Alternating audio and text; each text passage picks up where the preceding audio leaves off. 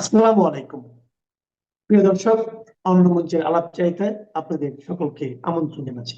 আজ এক বিস্ফোরক তথ্য আপনাদের সঙ্গে শেয়ার করব। কাল থেকে বাংলাদেশের একাধিক ঘটনা নিয়ে ভারতের সুরক্ষার সঙ্গে জড়িত কর্তারা কিন্তু রীতিমতো চিন্তিত, এবং বাংলাদেশে বর্তমানে যা হচ্ছে তা কিন্তু রীতিমতো এক বিস্ময় বটে। কালকে যে খবর প্রকাশ্যে এসছে সেখানে বলা হচ্ছে চট্টগ্রামকে কেন্দ্র করে বাংলাদেশে নতুন সমীকরণ তৈরি হয়েছে, যেখানে দুটো বিদেশি বিমান কালকে হঠাৎ করে বাংলাদেশে এসে পৌঁছেছে। প্রথম বিমানটি এসেছে আজারবাইজান থেকে। আজারবাইজান থেকে বিমান আসার ঘটনাটি কেন ইম্পর্টেন্ট? কারণ কি, এই অপারেশন সিন্দুরের সময় আজারবাইজান প্রকাশ্যে তুরস্কর সঙ্গে জোট বেঁধে ভারতের বিরোধিতা করেছিল, এবং সেই বিরোধিতা শুধু ডিপ্লোম্যাটিক স্তরে আটকে ছিল তা নয়, আজারবাইজান কিন্তু পাকিস্তানকে অস্ত্র দিয়েও সাহায্য করেছিল অপারেশন সিন্দুরের সেই পর্বে। এবার এই আজারবাইজান, যারা এখন পাকিস্তান, তুরস্ক এবং বাংলাদেশকে নিয়ে ইসলামিক ন্যাটো তৈরি করতে চাইছে, তারা হঠাৎ করে একটি বিমান কেন বাংলাদেশে পাঠালেন, সেটাই একটা সবচেয়ে বড় প্রশ্ন। এবং আপনি যদি আজারবাইজান থেকে বাংলাদেশের ম্যাপটা দেখেন, রুটটা দেখেন, তাহলে দেখবেন সাধারণত ইরানের উপর থেকে সেই বিমানটি আসার কথা, কিন্তু আকাশ পথে যে ট্র্যাকার, সেই ট্র্যাকারে দেখা যায় ইরানের যে এয়ার স্পেস সেটাকে ত্যাগ করে অন্য গোপন রাস্তা দিয়ে সেই বিমানটি বাংলাদেশে এসে পৌঁছেছে। মিডিয়া রিপোর্ট বলছে সাধারণত এই গোপন রুটটি ব্যবহার করা হয় কোনো নির্দিষ্ট জিনিস একটি জায়গা থেকে অন্য জায়গাতে পৌঁছে দিতে, কিংবা এই পার্টিকুলার রুটটি ব্যবহার করা হয় ট্র্যাকারকে এড়ানোর জন্য। কিন্তু কোন দেশের উপর থেকে বাংলাদেশে এসে পৌঁছালো আজারবাইজানের বিমান, সেটাই এখন সব থেকে বড় প্রশ্ন। এবং সেই আজারবাইজানের বিমানে এমন কি আছে যা বাংলাদেশ সরকার অত্যন্ত গোপনীয়তা বজায় রাখতে চাইছে এবং আন্তর্জাতিক স্তরকে ডিসক্লোজ করছে না। সাধারণত একটি দেশ থেকে অন্য দেশে যদি মিলিটারি বিমান ও কার্গো বিমানও যায়, তাহলে দুই দেশের পক্ষ থেকে কিন্তু অফিসিয়ালি জানানো হয়। এটা আন্তর্জাতিক নিয়মের মধ্যে পড়ে না, বাট এটা শৃঙ্খলার মধ্যে পড়ে। কিন্তু এক্ষেত্রে বাংলাদেশ এবং আজারবাইজান চূড়ান্ত গোপনীয়তা কিন্তু বজায় রেখেছে।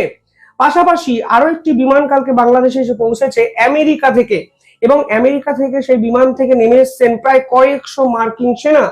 তথ্য বলছে প্রায় হাজারের কাছাকাছি মার্কিন সেনা নেমেছে, 900 থেকে 1000-এর মধ্যে। কিন্তু হঠাৎ করে বাংলাদেশে কেন এত মার্কিন সেনাকে ডিপ্লয়মেন্ট করতে শুরু করলো আমেরিকা যুক্তরাষ্ট্র?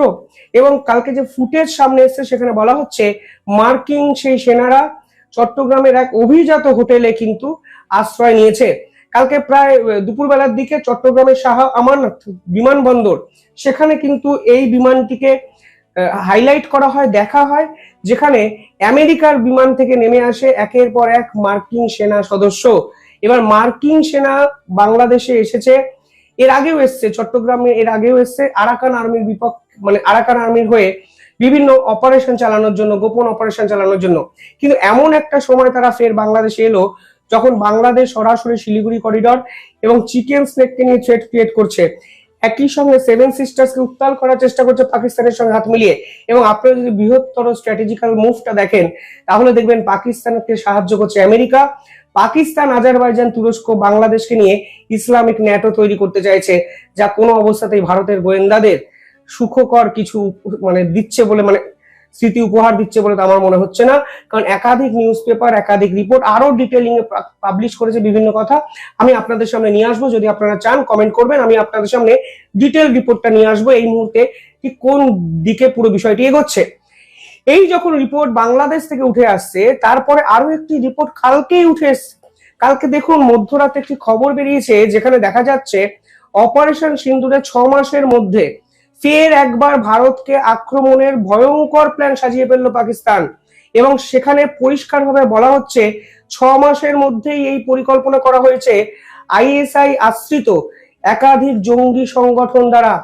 এক্ষেত্রে লাহোরে একটি হাই ভোল্টেজ মিটিং হয়েছে মাসুদ আজহার এবং হাফিজ সঈদের মধ্যে।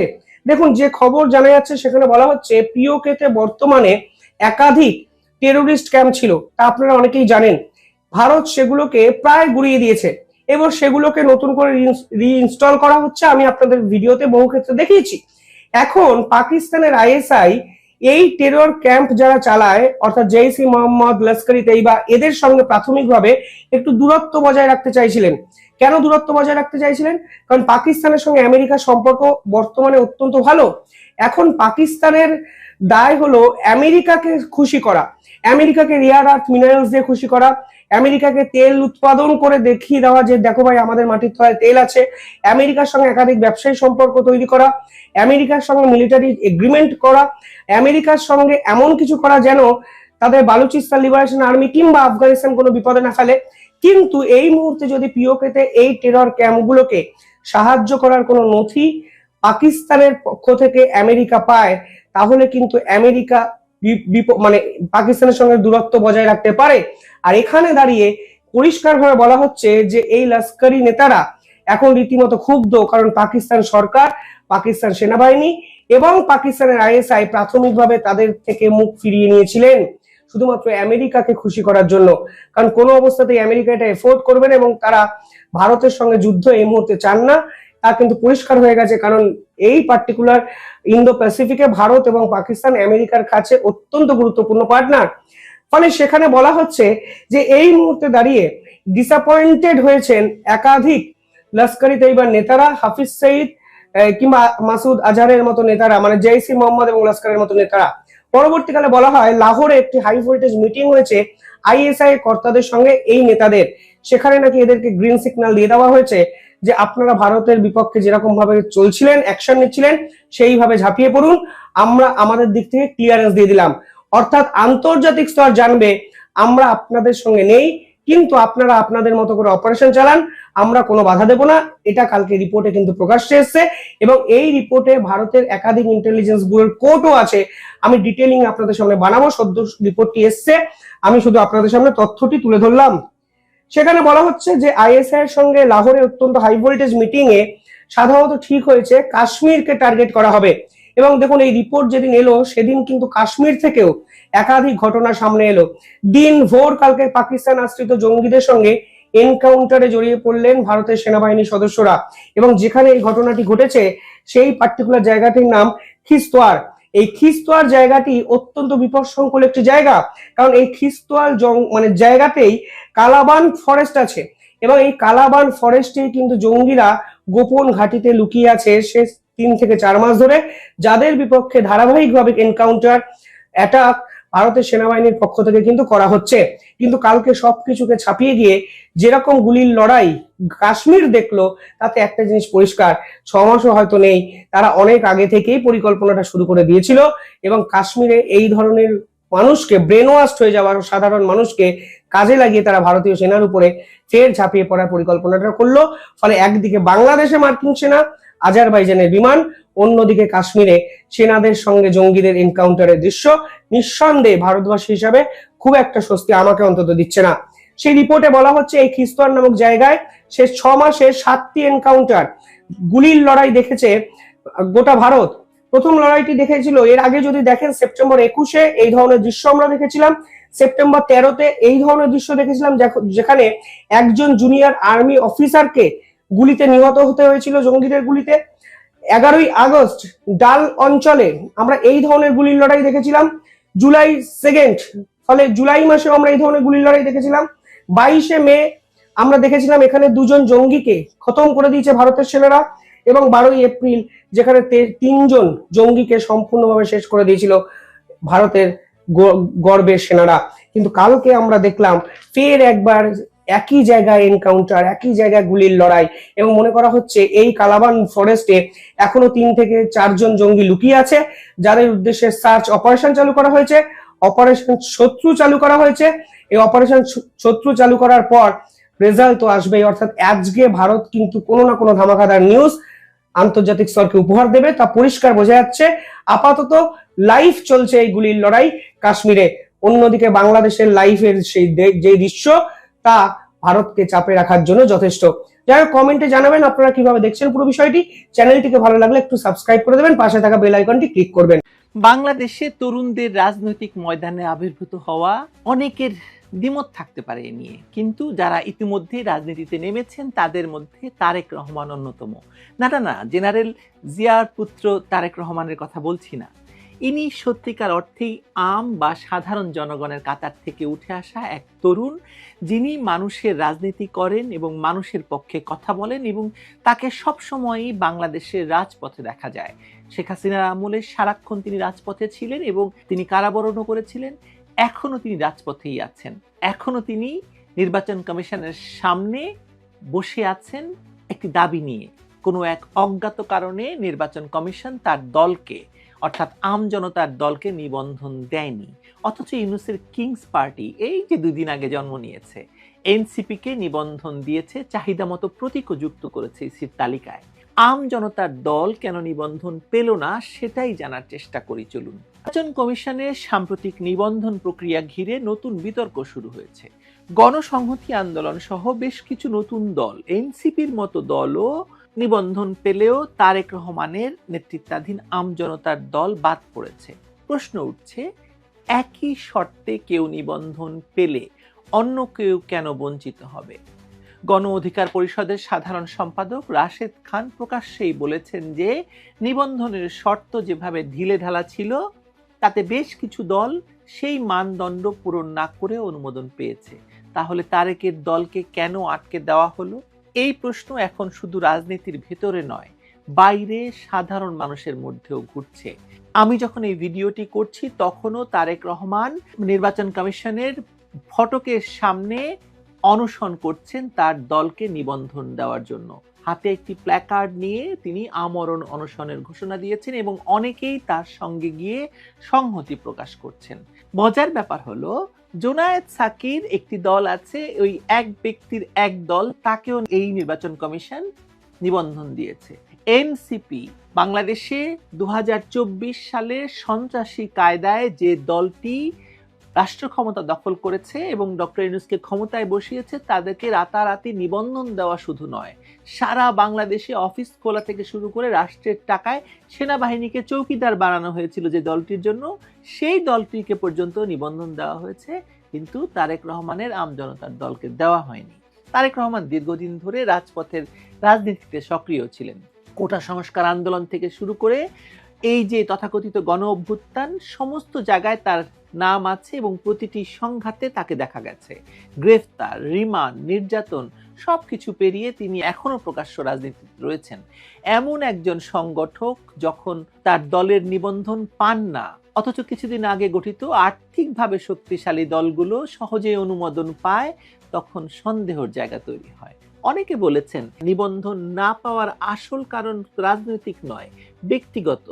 কারণ তিনি ইউনূস সরকারের কট্টর সমালোচক এবং এই এনসিপির গুন্ডাদের গুন্ডামি নিয়ে তিনি সোচ্চার। তিনি টকশোতে, তার ভিডিও বার্তায় সব জায়গায় ইউনূস সরকারের সমালোচনা করেন এবং প্রকাশ্যে তিনি কথা বলেছেন যে ইউনূস সরকারের বিচার একদিন বাংলাদেশে হবে। এবং ডক্টর ইউনূসকে আমরা বিচারের আওতায় নিয়ে আসবো যদি সঠিকভাবে নির্বাচন না হয়। তাকে বিচারের কাঠগড়ায় দাঁড়াতে হবে। শেখ হাসিনা এখান থেকে চলে গেছে, কিন্তু আমরা ডক্টর ইউনূসকে যাইতে দেবো না এখানে। এটা যে ব্যক্তিগত তা বোঝা যায়, বিশেষ করে তারেকের যে ইউনূস বিরোধী বক্তব্য, অবস্থান, এবং এই কারণেই যে তাকে নিবন্ধন দেওয়া যায়নি, এটা আসলে স্পষ্ট, এটা লুকানোর কিছু নাই। নিবন্ধন না পেয়ে গত মঙ্গলবার বিকেলে তিনি নির্বাচন কমিশনের সামনে বসেছেন আমরণ অনশনে। আজকে বুধবার, আজকেও তিনি সেখানে আছেন। হাতে তার একটি প্ল্যাকার্ড, সেখানে লেখা নিবন্ধনের দাবিতে আমরণ অনশন। তার বক্তব্য স্পষ্ট, আমাদের নিবন্ধন না দেওয়ার কোনো কারণ ইসি জানায়নি, আমরা না পাওয়া পর্যন্ত এখান থেকে উঠব না। অনশনের সেই রাতে রাস্তার বাতি পর্যন্ত বন্ধ করে দেওয়া হয়, অভিযোগ করেছেন তারেক। তিনি লিখেছেন, বিদ্যুৎ বন্ধ করে দিয়েছে রাস্তায় দেশে 50টির বেশি নিবন্ধিত দল, 2 দিন পর পরই কাউকে না কাউকে অনুমোদন দিচ্ছে, কিন্তু আমাদের 2 বছর ধরে ঘোরাচ্ছে। বেশি আছে এখন যদি নরমাল স্যালাইন দেয় বিপিতে আরো বাজে। তাহলে কি করবো? কি প্ল্যান দেবো? এখন এই যে ডাক্তার সাহেব কথা বলছেন প্রেশার বেশি আছে। কত আছে? নিচেরটা 100, উপরে ঠিক আছে, উপরে 130, নিচে 100। এদিকে নির্বাচন কমিশন নিবন্ধন দিয়েছে জাতীয় নাগরিক পার্টি, এনসিপি, বাংলাদেশ আম জনগণ পার্টি বা ডেস্টিনির লক্ষ লক্ষ সেই দুর্নীতি এবং মানুষের টাকা মেরে খাওয়ার দল আম জনগণ পার্টি, এবং 2 দিন আগে যার জন্ম হয়েছে, এবং বাংলাদেশ সমাজতান্ত্রিক দল বা বাসদ মার্ক্সবাদীকে। এদের মধ্যে কিছু দল মাত্র মাসখানেক আগে গঠিত হয়েছে, কিন্তু অর্থ শক্তি এবং যোগাযোগের কারণে সহজেই তালিকাভুক্ত হয়েছে বলে অভিযোগ উঠেছে। তারেক নিজেই ফেসবুকে লিখেছেন, 43 লক্ষ গ্রাহকের টাকা লুট করে 1 মাস আগে দল খুলে নিবন্ধন পেল ডেস্টিনি। এমন মন্তব্যের পর থেকে বোঝা যাচ্ছিল তিনি কেবল হতাশ নন, তিনি প্রতিবাদও করছেন, তিনি প্রতিবাদীও। অন্যদিকে ডক্টর ইউনূসকে ঘিরে তারেকের কড়া অবস্থান নতুন কিছু নয়। সম্প্রতি তিনি ফেসবুকে লিখেছেন, ডক্টর ইউনূসকে বিশ্বাস করাই আমাদের সবচেয়ে বড় ভুল ছিল, তাকে আমরা বিচারের মুখোমুখি করব। ডক্টর ইউনূসকে পরিষ্কার করতে হবে যে তার গ্রামীণ ফোন রক্ষা, গ্রামীণ ফোনের উন্নয়ন, গ্রামীণ ব্যাংকের উন্নয়ন, সেজন্য উনি আসছিলেন এখানে, নাকি বাংলাদেশের জন্য এসেছিলেন। আমাদের তো তাহলে চরম ভুল হয়ে গেছে ডক্টর ইউনূসকে বিশ্বাস করে। ডক্টর ইউনূসকে আমরা বিচারের আওতায় নিয়ে আসবো, তাকে বিচারের কাঠগড়ায় দাঁড়াতে হবে। তারেকের এই বক্তব্য অনেকের চোখে রাজনৈতিক আত্মঘাতী পদক্ষেপ হলেও তার সমর্থকদের মধ্যে এটাই তার সাহসের প্রমাণ। ইউনূস সরকারের নীতির বিরুদ্ধে তার কণ্ঠ যত উঁচু হয়েছে, তার দলের রাজনৈতিক পথও ততই সংকীর্ণ হয়েছে। মজার ব্যাপার হলো, এতক্ষণ পর্যন্ত তারেকের দলকে নিবন্ধন না দেওয়ার এবং তারেক অনশন পরেও তারেক যে দলটিকে সবচেয়ে বেশি আস্থাভাজন মনে করেছিল, সেই বিএনপি তার পক্ষে একটা কথাও বলেনি। এবং বোঝাই যাচ্ছে যে বিএনপি হয়তো তারেকের পক্ষে কথা বলবে না। এখন যা স্পষ্ট তা হলো ইসি বা নির্বাচন কমিশন যে মিনিমাম রিকোয়ারমেন্ট বা ধারাবাহিক কার্যক্রমের কথা বলছে, সেটা কেবল অজুহাত। এখন বলতেছে 200 লোক নিয়ে মিষ্টি নিয়ে আসো, এখন 200 লোক নিয়ে মিষ্টি নিয়ে যাবো আমি নাটোরে, এটা কি আমার পক্ষে সম্ভব? ওখানে আছে আমার 20-25 জন ওই জেলা কমিটিতে, তাহলে তো এখন লোক ভাড়া করে নিয়ে আসতে হবে। আমাদের নামটা আমজনতার দল, বলে আমজাম কাঁঠাল, এইভাবে হেই প্রতিপন্ন করে। আমাদের ম্যাক্সিমাম অফিস টিনের ঘর, এখন যাই বলে টিনের ঘর কেন? তারপরে আমাদের অফিসগুলোতে আমরা চেয়ারের পরিবর্তে 600 টাকাতে টুল পাওয়া যায়। 3টে টুল হলে অফিসের মধ্যে 3-5-15 জন মানুষ, 20 জন মানুষ বসতে পারে। আমরা দিছি টুল, এখন কয় টুল কেন? এখন ভাই রাজনৈতিক দলের অফিসে চেয়ারের পরিবর্তে যদি টুল থাকে, এটা কি কোনো ক্রাইম? মাঠের বাস্তবতায় দেখা যায় যে যেসব দল নিবন্ধন পেয়েছে তাদের অনেকেরও কার্যক্রম নেই, গণভিত্তি নেই, তবে তাদের একটি মিল আছে, তারা কেউই ইউনূসের নীতির সমালোচক নয়, সবাই ইউনূসের ধামাধরা। নির্বাচন কমিশনের এই সিদ্ধান্ত তাই এক অঘোষিত বার্তা স্পষ্ট হয়ে উঠেছে। নিবন্ধন এখন আর কোনো রাজনৈতিক যোগ্যতার স্বীকৃতি নয়, বরং কার প্রতি আপনি নরম, কার প্রতি কঠিন, তার উপর নির্ভর করছে। তারেক রহমানের দলের আবেদন বাতিল আর ইউনূসের দল এনসিপির নিবন্ধন, এই দুই বিপরীত ফলাফলই প্রমাণ করে যে সেই রাজনৈতিক বাস্তবতাটা কত ভয়ঙ্কর, কতটা নির্মম। তারেকের বক্তব্য সবচেয়ে বিতর্কিত অংশ ছিল শিল্পপতিদের বিরুদ্ধে তার ক্ষোভ। তিনি লিখেছিলেন, গাজী টায়ার, মেঘনা গ্রুপ, স্কয়ার, প্রাণ সব দালাল, দেশে কোনো শিল্প কলকারখানার দরকার নেই, শুধু দরকার গ্রামীণ ব্যাংক। তার এই ব্যঙ্গাত্মক মন্তব্য অনেকেই বুঝেছেন যে ইউনূস ও তার গ্রামীণ অর্থনীতির মডেল নিয়ে তীব্র ক্ষোভ তার রয়েছে, এবং এই ক্ষোভের প্রতিফলন দেখিয়েছেন তিনি তার এসব বক্তব্যে। তিনি সরাসরি বলেছেন, ডক্টর ইউনূসকে আমরা বিচারের আওতায় আনবো, তাকে বিশ্বাস করাই আমাদের সবচেয়ে বড় ভুল ছিল। এই বক্তব্য এখন আলোচনার কেন্দ্রবিন্দু। অনেক রাজনৈতিক পর্যবেক্ষক মনে করছেন ইউনূস সরকারের প্রতি তারেকের প্রকাশ্য বিরোধিতাই তার দলের নিবন্ধন না পাওয়ার পেছনে বড় কারণ ইউনূস সরকার বিরোধী অবস্থান এখন কার্যত রাষ্ট্র বিরোধী অবস্থান হিসেবে দেখা হচ্ছে, কারণ ইউনূসই রাষ্ট্র। আমাদের সমন্বয়ক ভাইরা মাথা টাথা গরম হয়ে গেছে, দিন যাচ্ছে, এটা হলো ওই যে বলে না কার্তিক মাসের কুত্তা, এরকম হয়ে যাচ্ছে, পাগল হয়ে গেছে, ঠিক আছে?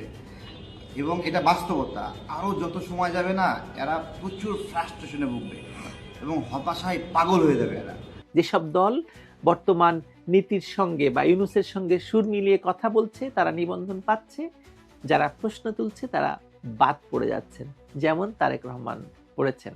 রাশেদ খান গণ অধিকার পরিষদের তিনি ইঙ্গিত দিয়েছেন সেদিকেই। তিনি বলেছেন, গোয়েন্দা সংস্থা এবং সাংবাদিকরা একটু অনুসন্ধান করলেই দেখবেন অনেক দলের জেলা উপজেলায় অফিস নেই, কারো বাড়িতে অফিস বানিয়ে দেখানো হয়েছে, ড্রয়িং রুমে অফিস আছে, এরকমও দল আছে, তারপরও তারা নিবন্ধন পেয়েছে। অর্থাৎ নিয়মের প্রয়োগ সমান নয়, কারো জন্য নিয়ম ঢিলা, কারো জন্য নিয়ম কড়া। তারেক রহমানের জন্য কড়া। তারেক রহমানের অনশন এখন শুধু রাজনৈতিক ইস্যু নয়, রাজনৈতিক নৈতিক প্রতিরোধের প্রতীক হয়ে উঠেছে। যারা বাংলাদেশের মুক্তিযুদ্ধের বিপক্ষে ছিল তাদেরকে মাথাটা জাস্ট এরকম নিচু করে রাজনীতি করতে হবে, এত মাথা সোজা করতে পারবেন না। যেই বাংলাদেশ আপনারা চাননি সেই বাংলাদেশ শাসন করার মতো মাথা তুলে দাঁড়াবেন না আপনারা, এটা যায় না আপনাদের সাথে। সামাজিক যোগাযোগ মাধ্যমে অনেকেই তার পাশে দাঁড়াচ্ছেন, সংহতি জানাচ্ছেন। প্রশ্নটা এখন আর কেবল একটি দলের নিবন্ধন পাওয়া বা না পাওয়া নয়, বরং রাজনৈতিক প্রতিহিংসা এবং ক্ষমতার কেন্দ্রীভবনের বিরুদ্ধে এক প্রতীকী প্রতিবাদ। এভাবে নির্বাচন কমিশন যদি নিজেদেরকে বিতর্কিত করে, তারা কি নির্বাচন দেবে বলুন? তারা কি সুষ্ঠু নির্বাচন দেবে? দেশের রাজনীতিতে দল নিবন্ধন এখন শুধু প্রশাসনিক প্রক্রিয়া নয়, বরং ক্ষমতার পরীক্ষার মাপকাঠি হয়ে দাঁড়িয়েছে। সর্বশেষ নির্বাচন কমিশনের ঘোষণায় দেখা গেল 3টি নতুন দলের কথা বললাম, জাতীয় নাগরিক পার্টি, আমজনগণ পার্টি আর সমাজতান্ত্রিক দল মার্ক্সবাদী নিবন্ধন পেল, কিন্তু বাদ পড়ল তারেক রহমানের আমজনতার দল। প্রশাসনিক জটিলতা নয়, এটা রাজনৈতিক একটা মেসেজ। সবচেয়ে বড় ঘটনা হলো যে এনসিপি নিবন্ধন পেল সেটি ডক্টর মোহাম্মদ ইউনূসের প্রত্যক্ষ প্রভাবাধীন দল বলে বা তার ইউনূসের রাজনৈতিক সন্তান বলে জানি আমরা। শুধু নিবন্ধন নয়, তাদের পছন্দের শাপলা কুড়ি প্রতীকও অনুমোদন দিয়েছে নির্বাচন কমিশন, কিন্তু তারেক রহমানের দলের আবেদন এই মানদণ্ডে বিবেচিত হলেও বাতিল করা হয়েছে। প্রশ্নটা সোজা, পার্থক্যটা কোথায়? শর্ত, সংগঠন, নাকি ইউনূস বিরোধী অবস্থানটাই আসল কারণ? যদি সত্যি নিবন্ধনের শর্ত সবাই সমানভাবে না মেনে থাকে, তবে নির্বাচন কমিশনের এই বাছাই প্রক্রিয়া কতটা স্বচ্ছ? যদি ইউনূসকে প্রকাশ্য সমালোচনা করাই তারেক রহমানের দলের রাজনৈতিক অপরাধ হয়ে থাকে, তাহলে তা কেবল একটি দলের বঞ্চনা নয়, বরং মুক্ত রাজনৈতিক মতের উপর নতুন নিষেধাজ্ঞা। ইউনূস তো বলেছেন তার সমালোচনা করে যাও, কিন্তু সমালোচনা করলে কি ফল হয় তারেক তা হারে হারে টের পাচ্ছে। তারেক অনশনে বসে আছেন, কতদিন থাকবেন তিনি জানেন না, আমরাও জানি না, কিন্তু যা পরিষ্কার তা হলো এই অনশন শুধু নিবন্ধনের জন্য নয়, বরং এক তীব্র প্রশ্নের উত্তর খোঁজার জন্য। দেশে কি এখনো ভিন্ন মত টিকে থাকতে পারে? আপনার কি মনে হয় পারে? ভালো থাকবেন সবাই।